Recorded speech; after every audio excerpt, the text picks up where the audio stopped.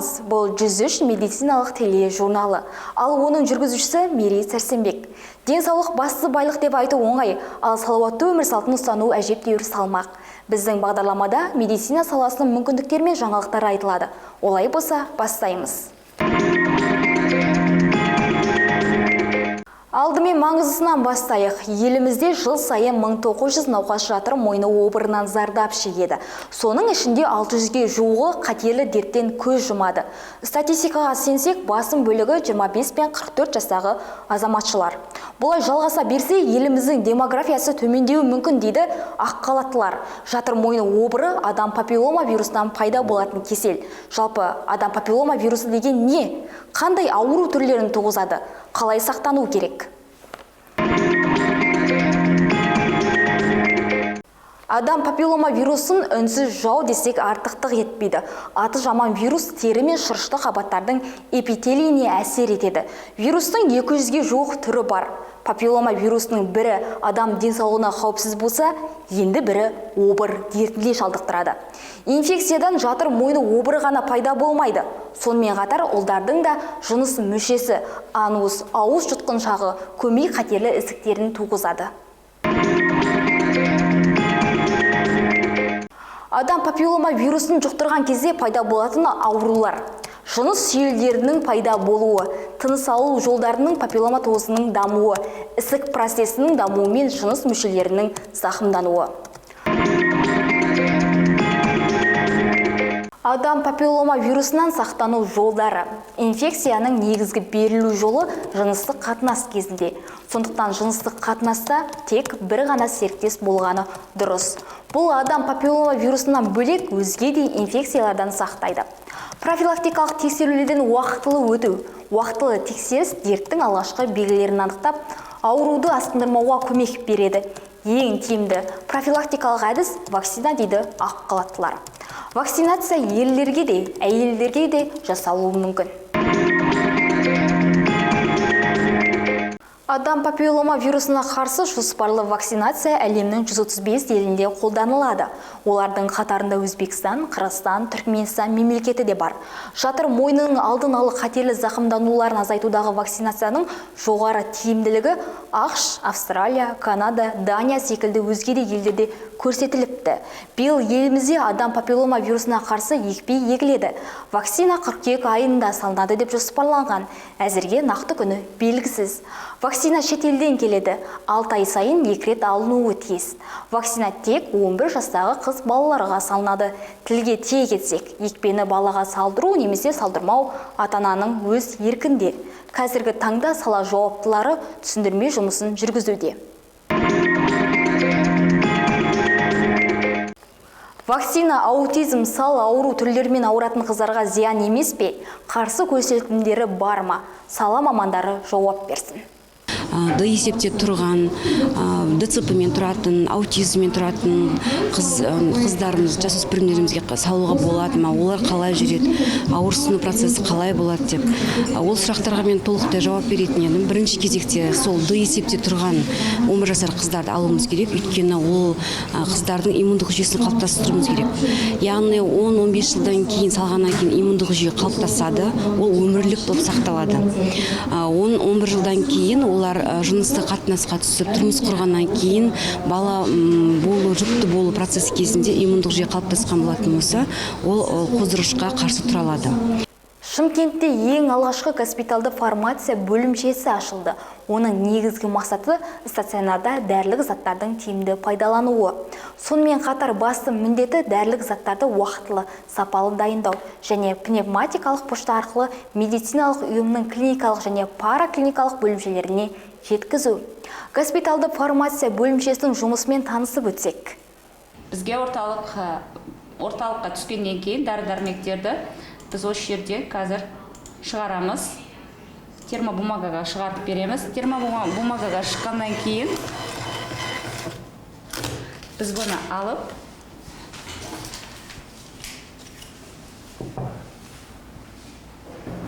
жасауға береміз. Ары қарай бізде жасап береді қазір. Бұдан кейін біз оны по отделениям жіберіп отырамыз. Ал енді біз бұны пневмопочта арқылы бөлімшеге жіберетін боламыз. Бізде капсуламыз бар, капсуланы аламыз. Капсуланы алғаннан кейін бұны капсулаға саламыз да. Капсулаға саламыз. Одан кейін біз бұны күместе қазір жібереміз. Алдымен бұны отделениеға бөлімшеге жібереміз. Бөлімшелердің мына жерде бізде коды жазылған.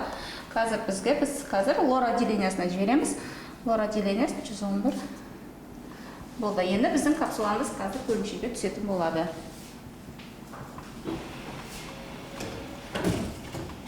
Қазір алып тұрасыз.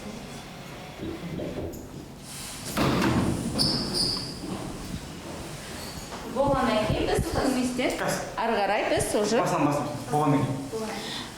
капсула жіберілгеннен кейін біз оны күмеспен уже жібердік деп ол отделенияға добро береміз. Госпиталды фармация бөлімін ашу үшін біз алдын ала 1 жыл бұрын жоспарладық. Ол үшін ламинарный шкаф, жаңағы жұмыс столы, сонымен қатар холодильниктер, упаковочный машинкалар алып, біз оның барлығын 1 жыл бұрын дайындалып, бүгін сол бөлімшені ашуға қол жеткізіп отырмыз. Сонымен қатар пневмопочта деген қондырғы бар, Австрия мемлекетінің туындысы. Бұл жаңағы осы аурухананың осы басты ғимаратына 16 станция орналастырылды. Ол барлық бөлімшелерде зертхана, жаңағы жан сақтау бөлімі, қабылдау бөлімі, барлық бөлімшелер осы ауа почтасымен қамтамасыз етілді. Қажетті, тағы да қайталап өтейін, дәрі-дәрмек болсын, қажетті бір реттік бұйым болатын болсын, осы ауа почтасы, пневмопочта арқылы әр бөлімшеге жеткізілетін болады. 2024 жылдың соңына дейін қаламыздың 5 медициналық ұйымдарында госпиталды фармация бөлімшесін ашу жоспарлануда. Әр медициналық ұйым қаржыны толықтай өз бюджеттерінен бөледі. Қалалық балалар клиникалық ауруханасындағы госпиталды фармация бөлімшесіне қанша қаражат бөлінді? Бас дәрігер жауап берсін. Жалпы осы жаңа әуе почтасының қондырғысын енгізу үшін 50 миллиондай қаражат кетті осы аурухананың бюджетінен алдын ала жоспарланып. Және де жаңағы ламинарлы шкаф дедік, жаңағы жұмыс жасайтын жаңа медицина қызметкерлерінің жұмыс орны бар. Оған орта есеппен 12 миллион қаражат кетті.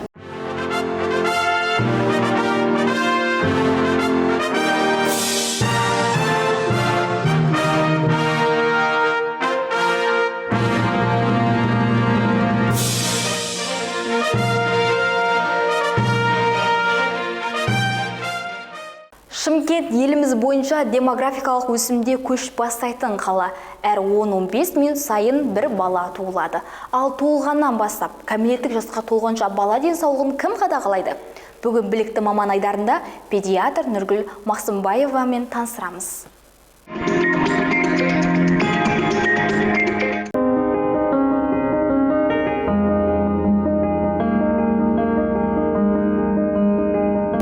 Шымкент қаласы қалалық балалар клиникалық ауруханасының педиатр гастроэнтерологы педиатрия бөлім меңгерушісі Айтбаева Нұргүл Мақсымбаевна боламын.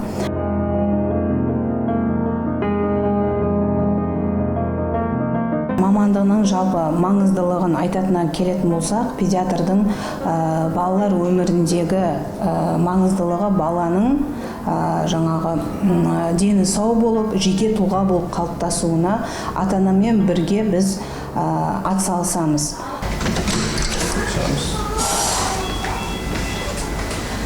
Біздің күнделікті жұмыс күніміз науқастардың күнделікті қан жағдайын білуден басталады. Бізде бұл бөлімде педиатрия бөлімі, яғни бұл бөлімде бізде 3 профиль, яғни гастроэнтерология, эндокринология және аллергология бойынша науқастарымыз жатады. Бұл бойынша бізде күнделікті таңымыз науқастардың жағдайын біле тұра, бізде сонымен қатар аллергология бойынша бронх демікпесімен жататын науқастарды біз яғни арнайы кабинетте тексереміз. Бұл бізде ингаляция жасайтын кабинетіміз болып есептеледі. Бұл жерде біздің пульсоксиметр, яғни давлениесімен оттегіні қалай қабылдау керек, қалай қабылдап жатқан деңгейін тексеру мақсатында күнделікті апходта күнделікті жағдайын тексеріп отыру барысында осылай анықтаймыз. яғни бұл науқасымыз бронх демікпесімен бізде есепте тұрады.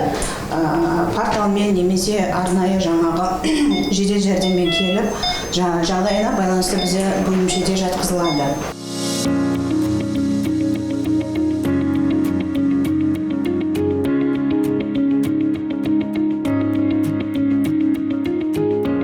Бізде қазіргі таңда жалпы балаларда, жасөспірімдерде көптеген аурулар кездесуде. Бұл бұрынғы көрсеткішпен қарағанда қазіргі көрсеткіш бойынша көптеп кездесуде. Соның ішінде өте жаңағы кездесетін, ауыр халде кездесетін науқастарымыздың бірі ол жаңағы гастроэнтерологиялық, яғни бауыр циррозымен анықталған науқастарымыз, жасөспірім қыздарымыз. Бізде сонымен қатар аллергологиялық науқастарымыз, яғни аллергологиялық науқастары өзі айтып тұр, ол жерде аллергиясы бар науқастар. Ол жерде аллергиясы бар науқастардың ішінде бізде бронх демікпесі, былайша айтқанда бронхиальный астма дейміз. Ондай науқастарымыз бізде көптеп кездеседі. Ол науқастарымыз дер кезінде аллергиясы басылмаған жағдайда немесе дер кезінде көмек көрсетілмеген жағдайда, уақытында медициналық емханаға қаралмаған жағдайда бронх демікпесіне ұласуы мүмкін. Бронх демікпесі асқынған жағдайда ол стационарлық емді қажет етеді. Бұл дәрігеріміз бізде қалалық ең бас штаттан тыс эндокринолог дәрігеріміз, яғни балалар эндокринологы Өскенбай Мадияр Шыңғысович. Бұл науқасымыз біздің Мадияр Шыңғысович дәрігеріміздің пациенті. Ары қарай енді түсіндіріп айтып жіберсеңіз, бұл науқаста не болып жатқанын, жалпы қандай процедура жүргізіп жатқаныңызды? Бұл бала шағымы бойының өспеуі, әйтпесе бала 13 жасар. Сөйтіп сол шағыммен келген, тексергенбіз, қарағанбыз. Сөйтіп больницаға жатқызып, стимуляционный проба жасау керек болды.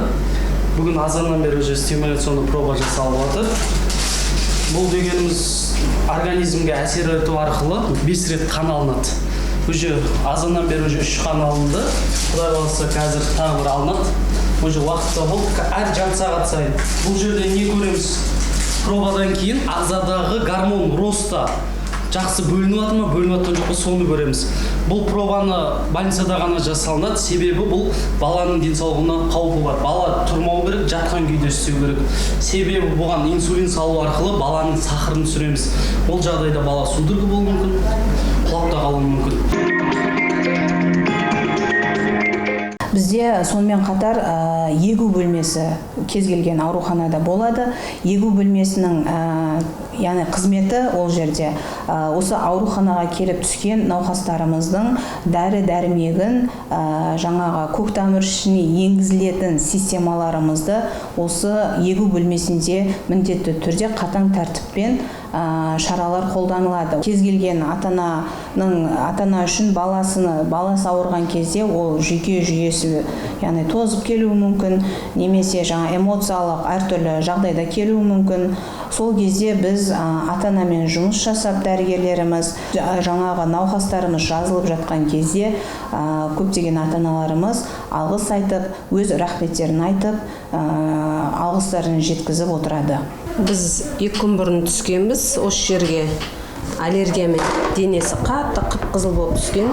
Келе сала врачтар системаларын құйып, дәрілерін беріп, жақсы қарады. Тез жазылып келе жатырық. Бірдесен сол бірінші күні уже қызарғанның бәрі, бетінде қызарғандардың бәрі қайтып жақсы болып қалдық. Рахмет айтамыз врачтарға. Жақсы қарайды бұл жерде. Біз былтырда келіп жатқанбыз. Бұдан да нашар болып келген ол кезде жағдайы. Тез жақпа майларын жағып, бәрін дәрілерін беріп, жақсы қараған. Биыл да инфекционныйға апарам деген, біз ол жақтан бас тарттық, ол жақта жақсы қарамады. Содан кейін осы жерге келдік, қоймай қалдық осы жерде.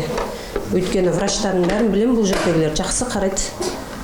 Жақсы болып қалдық. 1 күннің ішінде жақсы, бетінің қызарғандардың бәрі бірдестен кетіп қалды. денесі де жақсы жазылып келе жатыр. Таңғы ақоттан кейін науқастардың жағдайын білгеннен кейін түнгі кезекшілікте болған дәрігерлер мен мейірбикелер бізге келіп, яғни әр бөлімшеде негізі түнгі жағдайға байланысты, науқастардың жағдайына байланысты кезекшілік тапсырады. Яғни ол кезекшілікте бізде түнгі жағдайда науқастарда немесе бақылауға қалған науқастарда қандай шағым болды, қандай жағдайлар туындады, соған байланысты не қолданды, қандай көмек көрсетілді деген сияқты ескертулер жаңағы сол бойынша жеткізеді.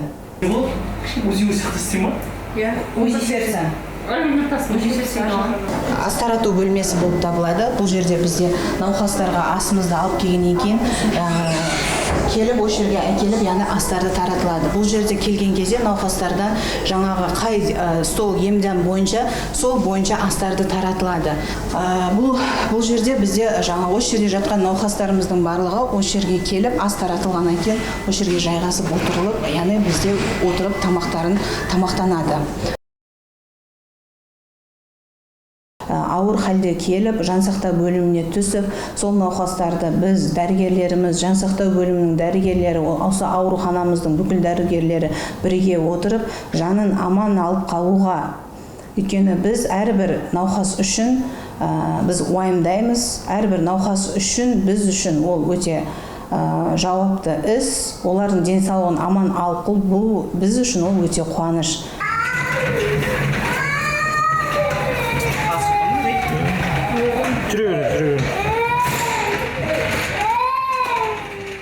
Ата-аналар үшін бірінші кезекте бала денсаулығын бірінші алғашқы орынға қою, уақытылы скрининг дейміз ғой, жаңа скринингтен өту, екпелерін қабылдау, және де әрине балаларға бірінші бақытты балалық шақ тілеймін.